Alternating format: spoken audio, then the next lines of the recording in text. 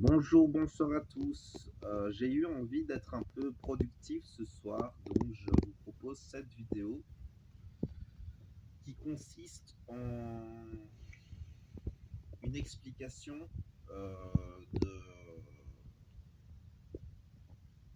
d'un enseignement, on peut dire, je pense, qu'a transmis Annick de Souzenel, qui était, je pense, on pourrait dire, une grande enseignante spirituelle du 20e et 21e siècle. C'est une personne qui a eu vers la fin de sa vie des cheveux blancs. Et dans la Bible, il fait dit que les cheveux blancs sont une couronne d'honneur. Donc, je vous laisse penser comme vous voulez. Simplement, moi, ça m'a quand même fort interpellé. Et j'ai toujours trouvé que les personnes qui avaient des cheveux blancs avaient comme une aura d'honneur particulière. Et donc, ça m'a marqué, quoi. Donc, j'avais envie déjà de rendre hommage parce qu'Annick de Souzenel, bien qu'elle était humaine comme nous, qu'elle avait probablement on va dire, je ne sais pas si on peut dire qu'elle avait des défauts, mais que parfois elle était peut-être pas toujours très gentille tout le temps, 100%. Mais ça, c'est encore ne pas être gentil tout le temps, ça c'est pas un défaut en soi. C'est encore autre chose. Enfin, c'est juste, faut pas voir ça comme si c'était quelque chose de mal au final, parce que parfois être un peu insensible ou être un peu, pas forcément méchant, mais dire des choses difficiles à vivre, parfois ça fait partie des rapports humains. Au-delà, mais bon, Annick de Souzenel avait donc ses défauts à vivre parfois, on va dire. Mais à côté de ça, elle a transmis beaucoup de choses, elle a parlé de beaucoup de choses et on sentait qu'elle avait une vie et accès à des informations profondes, peut-être même qu'il y avait un certain niveau de clairvoyance. Elle était scorpion, donc le scorpion est lié à la clairvoyance. Donc il y a quand même fort à parier qu'elle avait un certain niveau de médiumnité ou de clairvoyance. Je ne suis pas certain de quelle est la différence entre les deux. Je crois que médium, c'était qu'à la base, médium, c'était pour ceux qui reliaient le monde, notre monde au monde des morts. Ou, tandis que les clairvoyants sont des gens plutôt qui ont accès à l'information dont ils ont besoin. Mais c'est quand même fort relié l'un à l'autre. Hein. Elle était peut-être plus clairvoyante que médium au final. Et intuitive aussi. Le scorpion étant relié à l'intuition. Ensuite, donc hommage à cette personne. Elle était quelqu'un qui a travaillé, qui a œuvré, qui a aidé les gens qu'elle côtoyait à travailler sur elle. Elle a apparemment été une plutôt bonne amie avec Suzanne Renarda.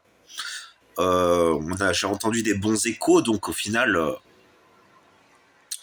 c'est qu'elle devait avoir une certaine sensibilité les uns envers les autres, ou en tout cas qu'elle devait avoir des valeurs dans son contact avec les autres. Et donc, elle expliquait, et c'est ça l'enseignement que je veux transmettre ce soir.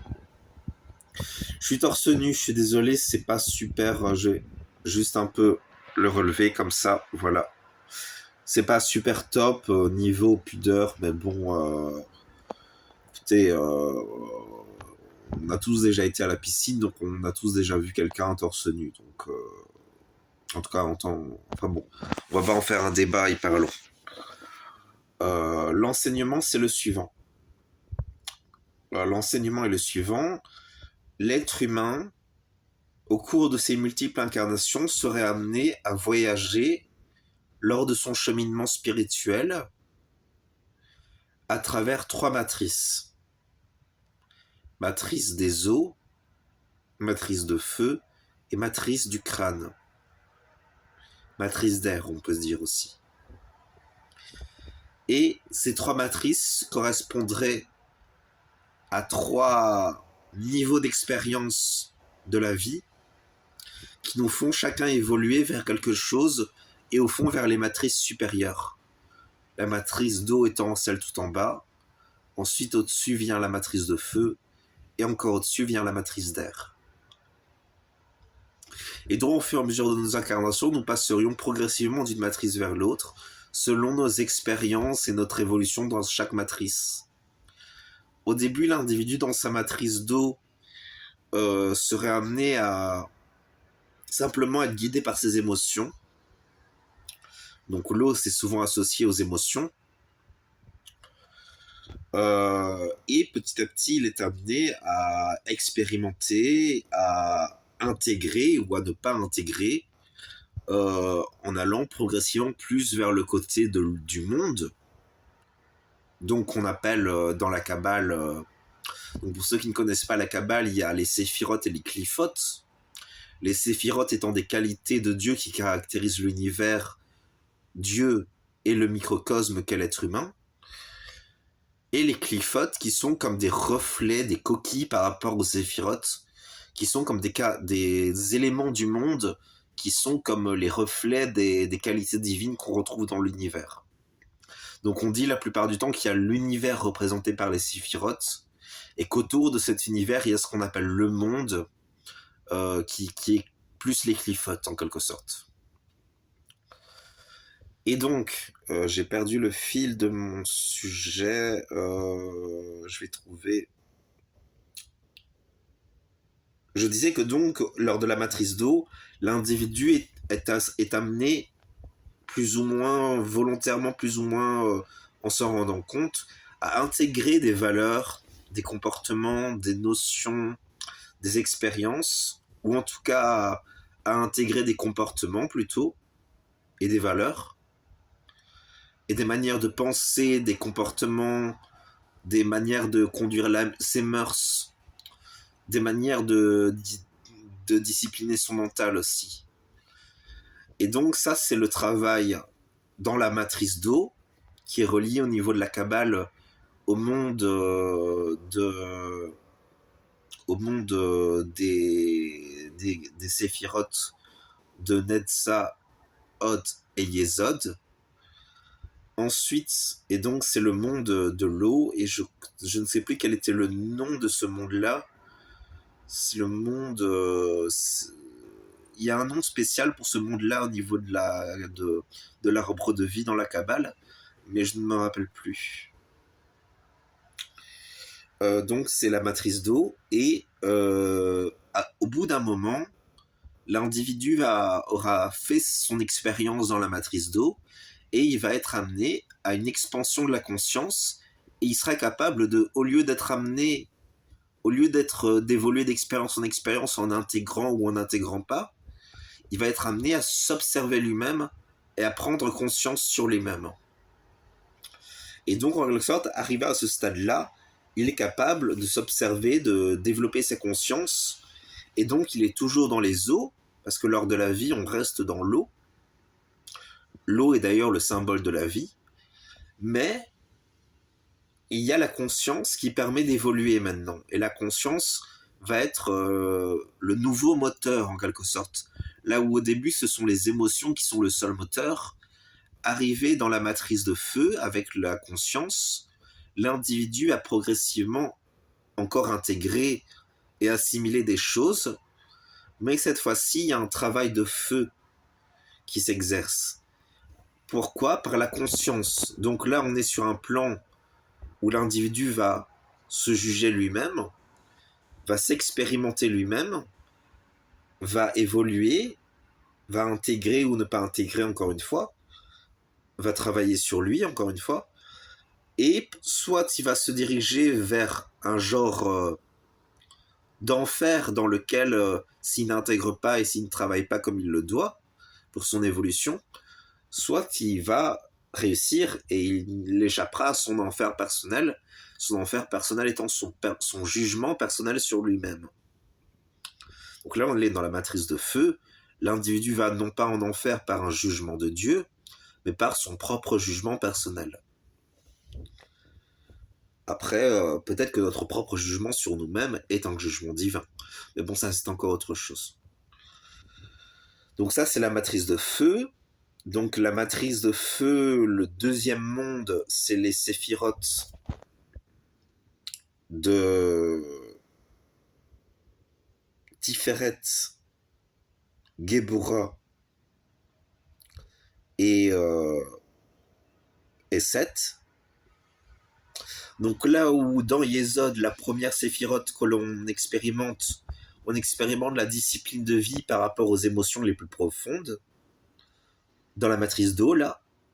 Et une fois qu'on a acquis les capacités de gérer sa vie émotionnelle au niveau des expériences vitales les plus fondamentales, au niveau d'Yesod, on passe à Od, où là on travaille la pensée, la capacité à penser pour gérer sa vie. Ensuite, on va à Netza, où on discipline son mental. Ensuite, on va dans Tiferet, où la conscience s'ouvre, où le cœur s'ouvre aussi. On dit parfois que Tiferet est le lieu où réside le Christ. Parfois on parle de Okma, parfois on parle d'autres endroits, parfois on dit que c'est plusieurs séphirotes, mais j'ai entendu dire que le Christ résidait sur Tiferet, et ça sonne quand même assez juste pour moi. Surtout qu'il y a beaucoup quand j'ai beaucoup entendu parler de la Kabbale par rapport au Christ, je parle pas de Jésus, hein, je parle du Christ, Tiferet revient souvent, l'air de rien. Tiferet, c'est en quelque sorte le moment où l'individu passe vers le plan de la conscience et où il sacrifie quelque chose de ses expériences précédentes. Et ça, c'est relié à l'expérience du Christ. Donc là, il y a le Tiferet avec l'expérience du cœur, de la conscience. Ensuite, on va dans le Gebura qui est comme la force, mais surtout la force dans sa dimension de discipline, la discipline morale, la justice. Tiferet, il y a aussi un peu de justice, mais c'est plus la valeur que la justice morale et légale.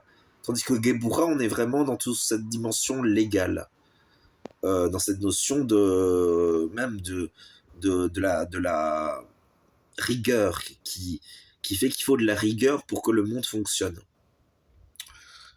Donc, et ensuite, il y a S7, où l'individu expérimente la morale, non pas dans sa dimension de rigueur, mais dans sa dimension de générosité, de bonté, d'amour, de protection, de tendresse même quelquefois.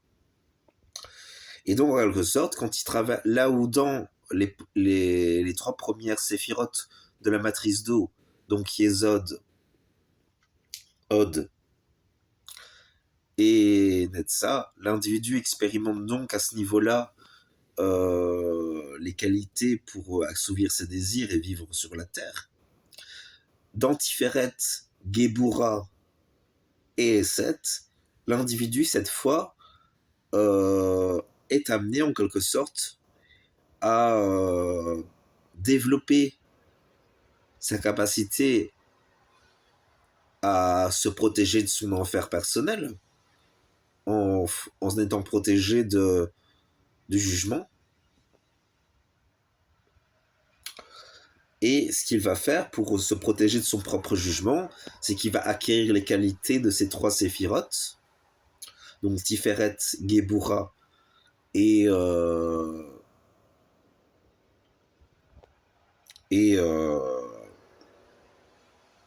Eset, à travers l'acquisition de qualités. Les qualités et l'apprentissage de ces qualités lui permettant de fuir son enfer personnel, ou plutôt d'être sauvé par lui-même de son enfer personnel, et ainsi, petit à petit, il monte dans l'arbre de vie. Donc dans Tiferet, on apprend les qualités de cœur, les valeurs de cœur. Dans Gebura, on apprend la justice au sens de la rigueur morale. Et dans Esed, on apprend la bonté morale. Encore une fois, c'est encore de l'ordre de la morale, mais là où Gebura est la morale rigoureuse qui dit le tu ne dois pas et tu dois faire attention à ne pas faire ça.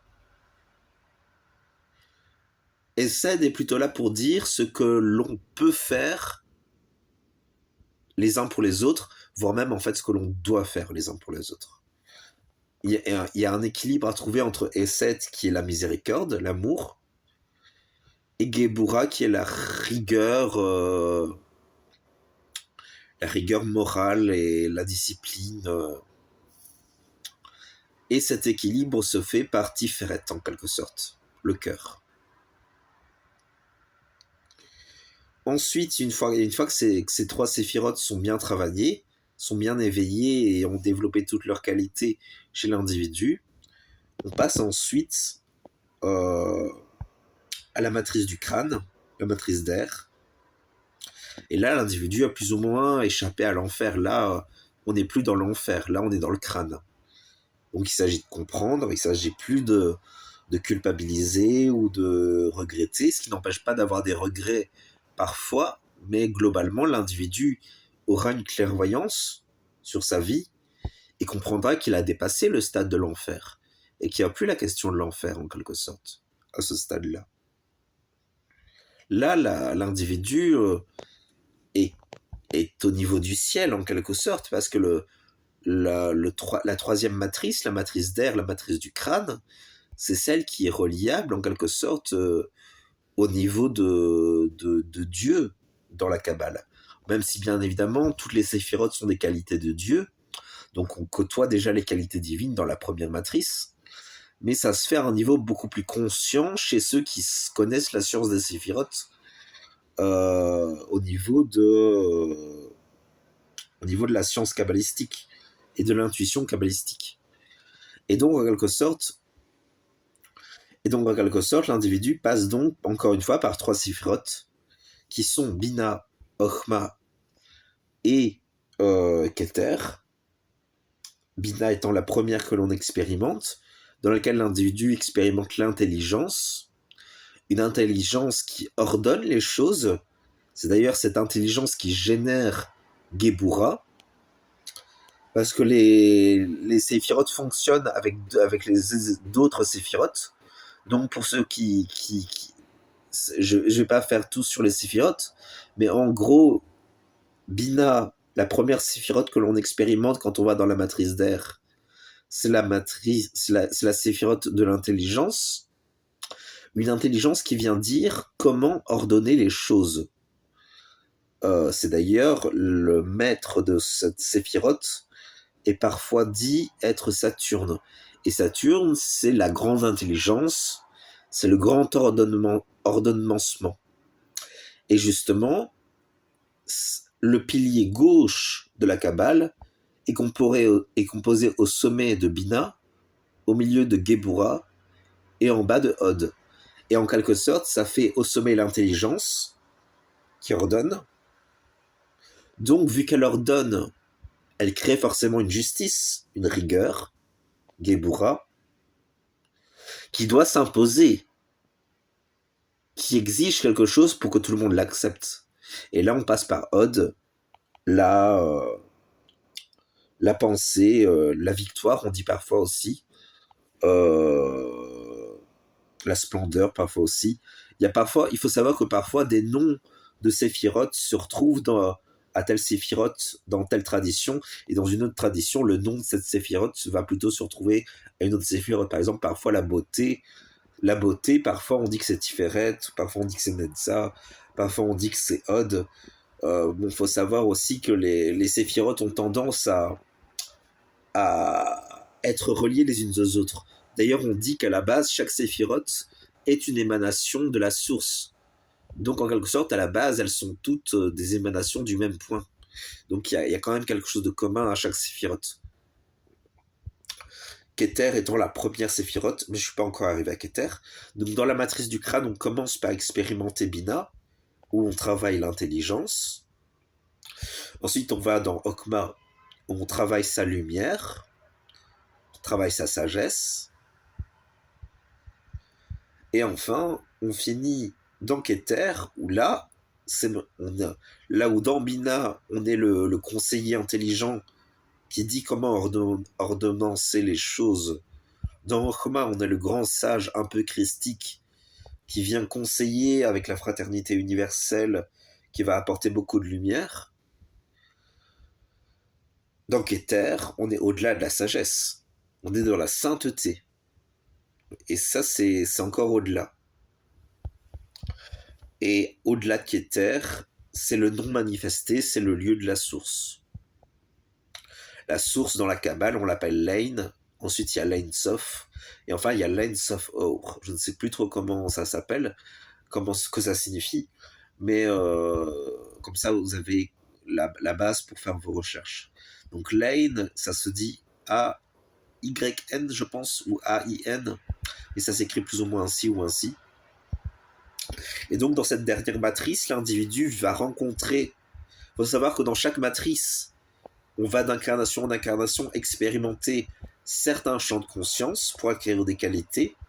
Et en quelque sorte, dans la matrice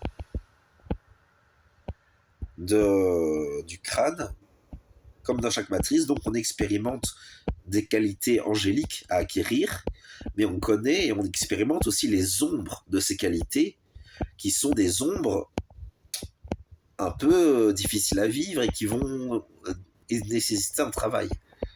Ce sont des ombres, donc c'est des expériences d'ombre qu'on va faire, d'ombre et de lumière.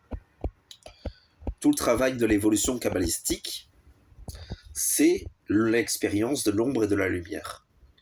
Et donc, en quelque sorte, l'individu passe de l'ombre à de la lumière. Parfois, il reste très longtemps dans la lumière. Ça dépend aussi de l'individu. Parfois, il y a des gens, ils sont très doués pour rester dans la lumière.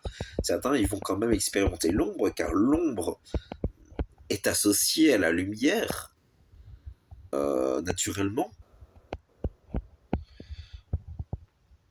Et ensuite, et au final, dans la matrice du crâne, l'individu va se rencontrer en quelque sorte Satan, qui est à la base non pas le diable, mais l'adversaire, c'est-à-dire celui que l'on doit vaincre pour accomplir sa seigneurie individuelle. Vous voyez, on dit parfois le seigneur dans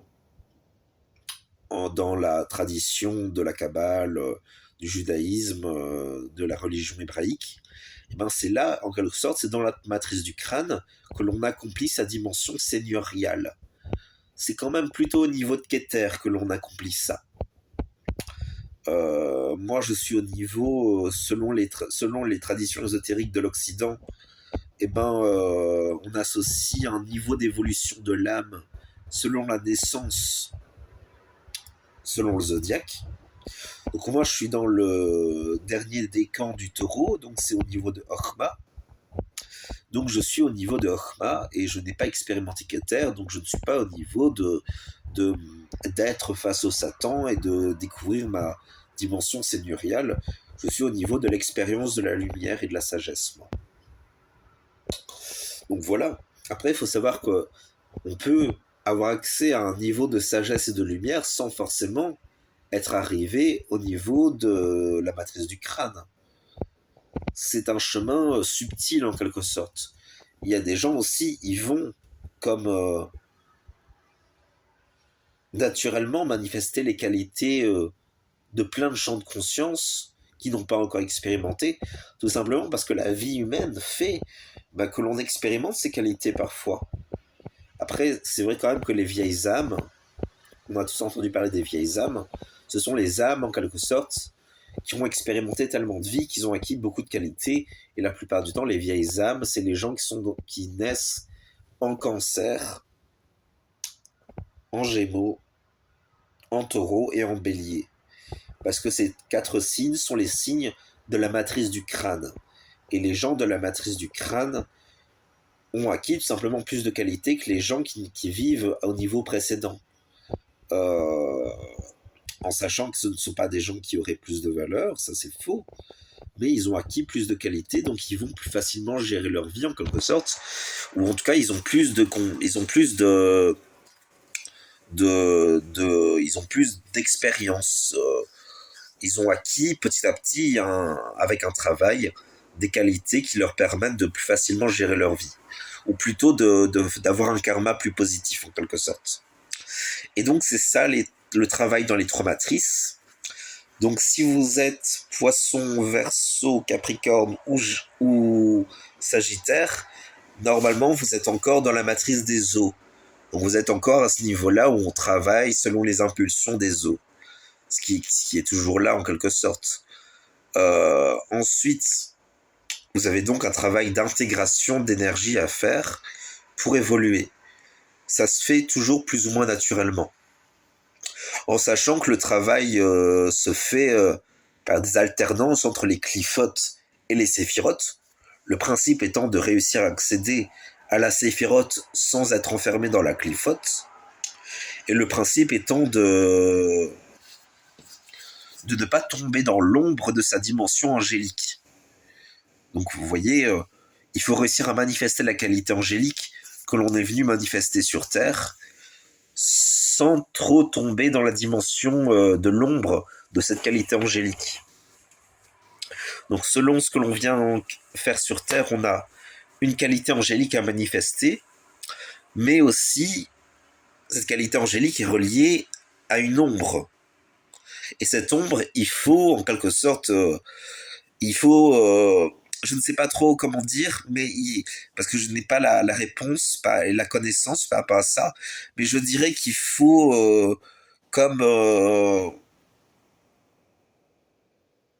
réussir à s'ancrer suffisamment dans le champ de conscience angélique pour ne pas tomber dans l'ombre de ce champ de conscience angélique.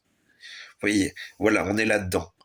Donc c'est là que c'est le principe du travail dans ça, c'est de réellement se connecter à son champ de conscience angélique pour en quelque sorte manifester cette qualité angélique. Il faut savoir que c'est selon... et on a tous un ange de la Kabbale qui est l'ange physique. On a 3 anges dans la Kabbale.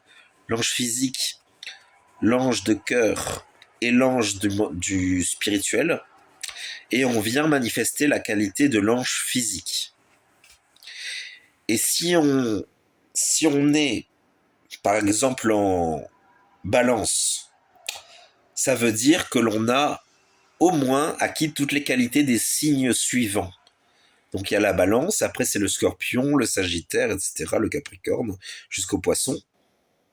Et bien tous ces signes-là qui suivent la balance, ça veut dire que la personne aura acquis les qualités de ces signes-là dans l'arbre de vie kabbalistique.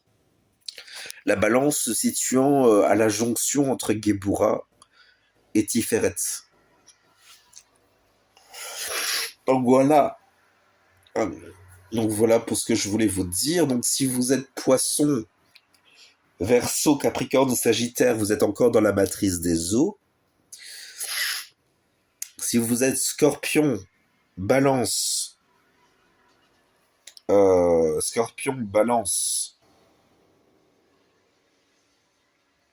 Vierge ou Lion, vous êtes dans la matrice du feu. Donc ça, c'est la matrice la plus difficile parce que au stade de la matrice des eaux, l'individu n'expérimente pas encore l'enfer. C'est même le stade des gens qui croient parce qu'ils n'ont pas encore accès à la connaissance des enjeux que l'individu expérimente à partir de son entrée dans Tiferet. Tandis que... Et donc, il est... C'est pour ça que tant qu'on n'a pas expérimenté Tiferet, eh ben, l'individu n'a pas accès aux enjeux et à la dimension des choses par rapport à ses actes. Donc il va dire, il va agir, il va expérimenter, il va penser, il va faire son expérience, il va évoluer, il va avancer en tout cas, et il va simplement travailler sur lui-même selon ses envies, selon son évolution, selon ses expériences, selon l'influence de son ange gardien aussi, et de son entourage.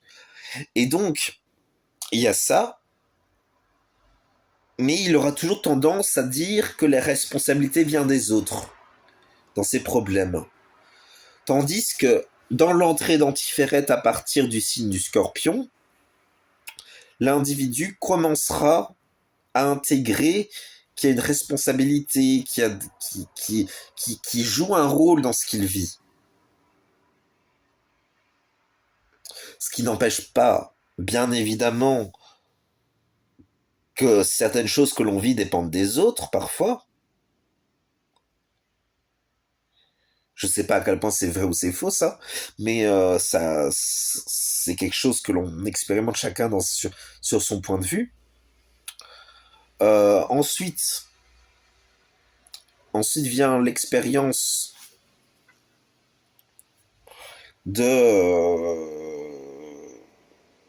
donc du Scorpion, Balance, Vierge et Lion dans la matrice de feu, où l'individu est en proie à son enfer personnel et où il va sortir, entrer, d'expérience en expérience, d'intégration de qualité en intégration de qualité, jusqu'à arriver à la matrice du crâne où là les choses sont plus ou moins dépassées, ce qui n'empêche pas de parfois réexpérimenter la matrice de feu si on a fait quelque chose de grave, ça peut arriver, encore une fois, mais la plupart du temps, quand on est arrivé à la matrice du crâne, les choses sont plus cool, sont plus relaxes, et il n'y a pas la culpabilité de ceux qui sont dans la matrice du feu.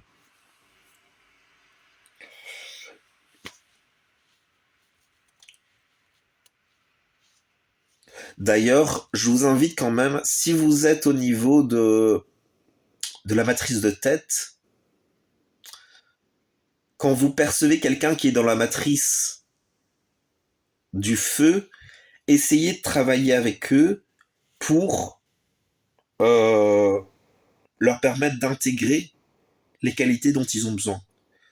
Si vous êtes au contact de quelqu'un qui est dans la matrice des eaux, faut quand même savoir que là, on est vraiment à un stade où l'individu travaille ses propres expériences. Le travail,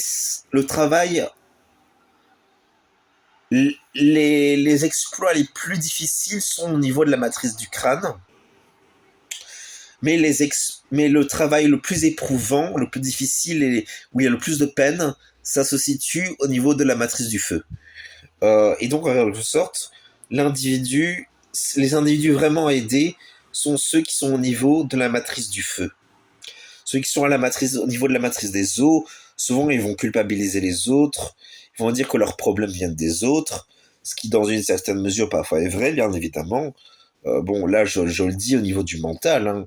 Je le dis simplement au niveau du mental parce que c'est vrai, mais je ne fais que reconnaître parfois l'interdépendance que nous vivons les uns par rapport aux autres. Mais il faut savoir que quand il y a interdépendance, c'est interdépendance. C'est pas je dépends des autres, c'est nous dépendons les uns des autres.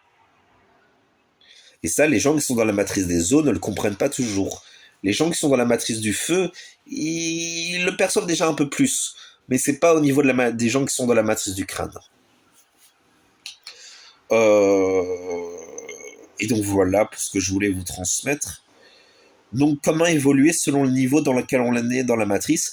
Bon, faut savoir que la plupart du temps, les gens qui ont accès à ces mystères-là, c'est des gens qui sont dans la matrice du crâne, malheureusement. Les gens qui sont dans la matrice des eaux et les gens qui sont dans la matrice de feu, la plupart du temps, sauf peut-être ceux qui sont clairvoyants au niveau du scorpion, n'ont pas toujours la capacité euh, à percevoir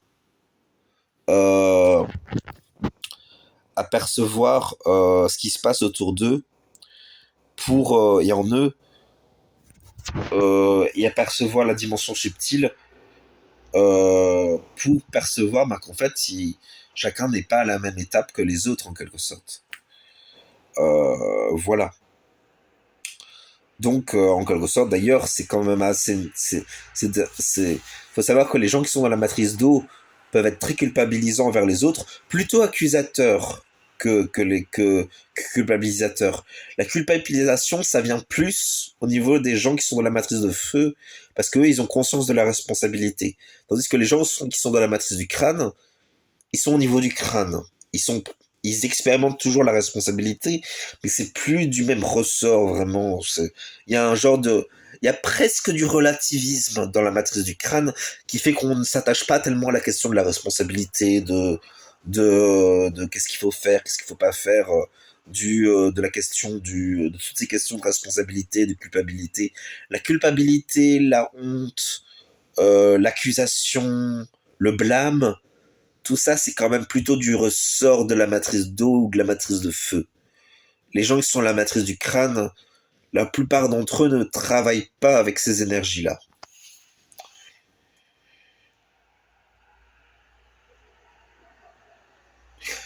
Donc voilà pour ce que je voulais vous dire aujourd'hui. J'espère que ça vous a intéressé. Donc je vais quand même dire comment travailler.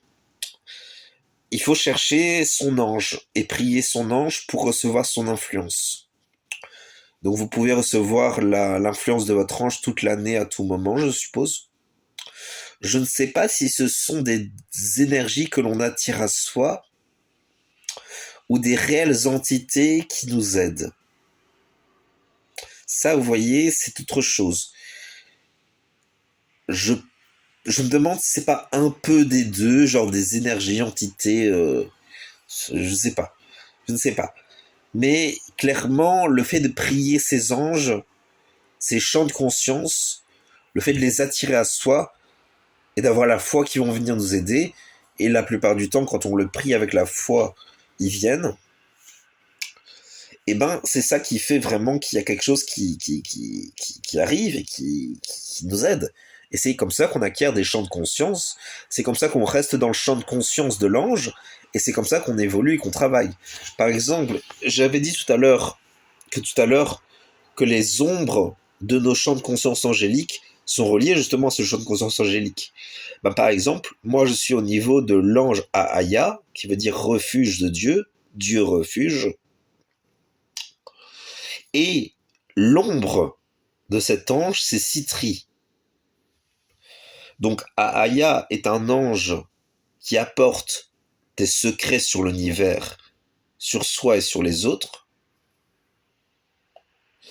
qui apporte le sens de la psychologie, des mystères et de la bonne disposition, de la capacité à apporter une protection envers les autres.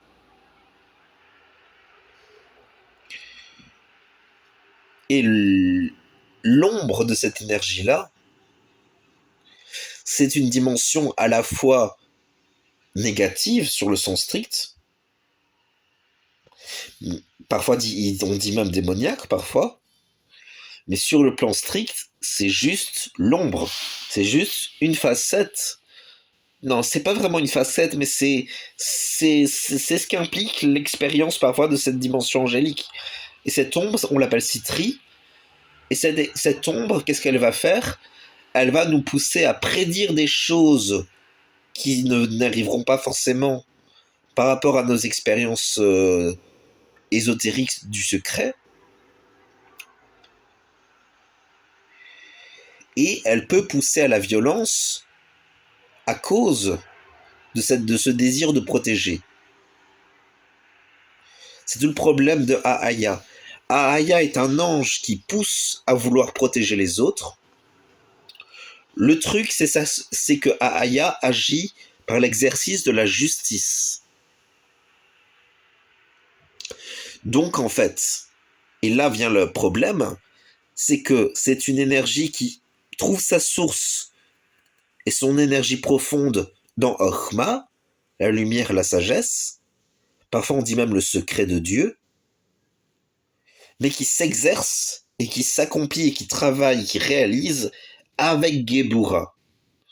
La force, la discipline, la justice, la morale, la rigueur, parfois la violence. Dans certaines dimensions, la violence, mais toujours une violence mesurée. Et donc, et c'est là que le natif des gens de Ahaya doit travailler, c'est de gérer sa violence pour qu'elle soit mesurée en quelque sorte.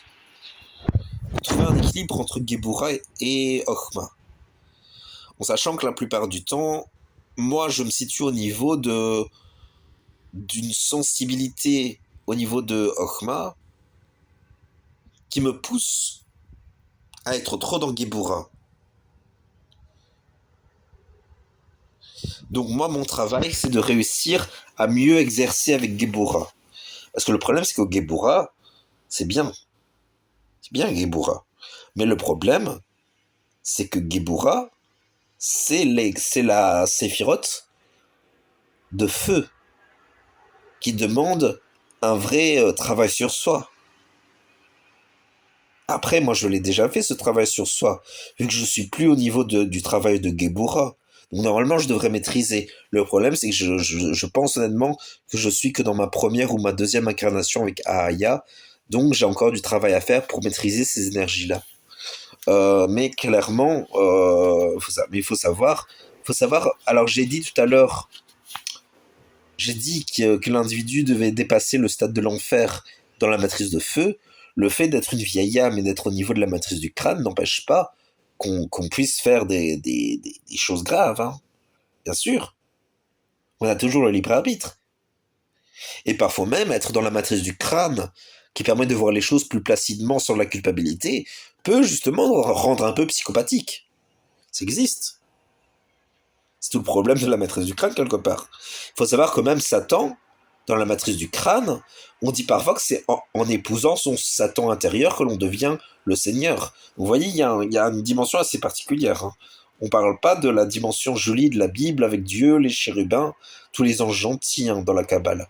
C'est quelque chose de beaucoup plus, de très lumineux, mais aussi avec des parts d'ombre, avec des dimensions qui ne sont pas toujours évidentes à aborder. Donc voilà pour ce que je voulais vous dire aujourd'hui. Je ferai peut-être d'autres vidéos si ça vous intéresse. Peut-être que je ferai une vidéo pour chaque ange. Peut-être. Ça peut être intéressant. L'air de rien de faire une vidéo sur chaque ange pour donner mes conseils aux gens qui sont à ce stade-là. En sachant que bien évidemment, si vous êtes au stade du poisson, du Verseau, vous êtes dans vos premières incarnations d'âme. Donc ça veut dire en quelque sorte que vous êtes amené à... vous êtes amené à intégrer, et cette intégration se fera par beaucoup d'expérience. Le stade de la matrice d'eau auquel vous êtes si vous êtes Verseau ou Poisson, mais aussi où vous êtes si vous êtes Capricorne ou Sagittaire, c'est un stade où il faut beaucoup d'expérience pour avancer. Et il faut savoir que ce stade-là, il est complexe parce que c'est un stade où l'authenticité n'est pas toujours évident, où l'honnêteté n'est pas toujours évident, où l'individu n'a pas encore acquis beaucoup de qualités, donc c'est pas toujours évident de s'acquérir une bonne réputation sur Terre. C'est malheureux, hein, mais les gens qui sont dans la matrice d'eau, bien souvent, ils ont des problèmes avec les gens qui sont dans les matrices supérieures. Parce que les gens qui sont dans les matrices supérieures, surtout les gens qui sont dans la matrice du crâne, les gens qui sont dans la matrice du crâne, quand ils côtoient les gens qui sont dans la matrice d'eau, c'est très complexe. Je le sais car j'ai expérimenté ça. Il faut savoir qu'il y a quand même un fossé très grand entre ces deux matrices. Et en quelque sorte, il y a aussi un fossé entre la matrice de feu et la matrice d'air. Mais c'est quand même... Mais au final, il y a deux fossés. il y a une matrice et deux fossés entre la matrice d'air et la matrice d'eau. Donc forcément, la différence est plus grande. Et il faut savoir que la plupart du temps, les gens qui sont dans la matrice d'eau, il faut juste qu'ils fassent des expériences. Et au final, c'est à eux d'intégrer. Et au final, ils intégreront quand même plutôt selon leur attirance. Donc c'est pas évident. C'est assez aléatoire, l'évolution dans la matrice d'eau. Il y a une dimension de chance, une dimension d'initiation, une dimension de... Je ne sais même pas si c'est le stade du travail sur soi. Le travail sur soi, c'est déjà plus au niveau de la matrice de feu et de la matrice d'air. Surtout de la matrice de feu. Le stade de la matrice d'eau, c'est vraiment de réussir à identifier ce que l'on veut et ce dont on a besoin et d'avancer selon ça. Oui, c'est vraiment ça. C'est identifier ce que l'on veut, ce dont on a besoin.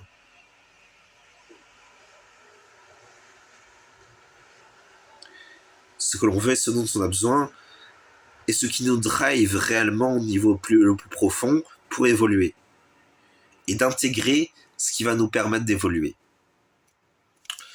Donc ça passe par les différents stades. Je sais que le deuxième stade du poisson, c'est le stade de la morale. Donc là, c'est le deuxième niveau d'intégration. C'est le deuxième niveau, en quelque sorte, au niveau des incarnations. Pas la deuxième incarnation, c'est l'ange numéro 71. Donc on commence par l'ange... Lors de nos premières incarnations, on commence par l'ange numéro 72. Et ensuite, une fois qu'on a acquis la qualité de l'ange numéro 72, on passe au niveau de l'ange numéro 71. Et l'ange numéro 71, sa qualité, c'est la morale. Donc la plupart du temps, les gens qui sont au stade de la morale, alors la morale, c'est magnifique la morale. Le problème, c'est que les gens qui n'ont acquis que l'ange 71 et l'ange 72, souvent ils vont être très moralisateurs envers les gens autour d'eux, ce qui parfois est juste. Et c'est vrai qu'au fond c'est juste. Le problème, c'est qu'ils vont pas intégrer tout un tas de dimensions qui font que le contact avec les autres soit complexe. Donc, en quelque sorte, il y a tout un travail à faire d'expérience pour pouvoir dépasser ce jugement moral. Car le problème, c'est que la morale n'est pas quelque chose qui nous amène à être bien. Ce n'est pas quelque chose non plus qui nous amène à faire quelque chose de parfait pour les autres. La morale, c'est quelque chose qui vient nous amener un ordre et un bien-être collectivement les uns avec les autres. Donc parfois la morale, ça peut impliquer des choses désagréables. Après, il faut savoir que oui, il y a des gens comme moi qui ont des expériences telles que parfois ils font des choses immorales. Bon, ça, c'est les expériences de chacun. On n'a pas tous les mêmes expériences, on n'a pas tous le même parcours, et parfois il y a des traumas qui font qu'on devient un peu immoral sur le chemin. Ça, c'est un travail que j'ai à faire personnellement. Mais bon, il faut savoir que c'est chacun son chemin, quoi. On fait tous à un moment des expériences, surtout je suis qu'au premier stade du taureau. Je suis que lors de mes premières expériences au niveau du taureau, et le taureau est un signe de narcissisme, donc de trouble narcissique. Donc en quelque sorte, je crois qu'il faudra encore quelques incarnations pour que je règle les problématiques narcissiques qui m'ont poussé à l'immoralité d'ailleurs. Mais plutôt les problématiques narcissiques que j'ai vécues qui m'ont poussé à l'immoralité. Mais je pense qu'au bout de quelques incarnations, ça ira mieux. Et aussi au bout d'un cheminement, on va dire. Mais bon, voilà pour ce que je voulais vous transmettre pour aujourd'hui. Je crois que j'ai bien transmis. Je suis content de ce que j'ai fait. Ça me rassure par rapport à ma chaîne. Donc voilà pour la vidéo. Donc tout ça pour parler notamment d'Annick de Souzenel. Donc je vous invite à faire vos recherches sur Annick de Souzenel, car c'est vraiment quelqu'un qui a bien travaillé et qui, encore une fois, avait des cheveux blancs. Donc j'ai plutôt tendance à dire que c'était quelqu'un de très bien. Mais encore une fois, comme le disait Jésus dans l'Évangile, aucun homme n'est bien. C'est Dieu qui est bien. Et là, c'est plutôt vrai. Le truc, c'est que, disons qu'elle a œuvré. Voilà. Honneur pour elle parce qu'elle a œuvré. Et hommage à elle. Voilà. Merci d'avoir regardé la vidéo jusqu'au bout. Je vous souhaite une bonne journée, une bonne soirée. Merci.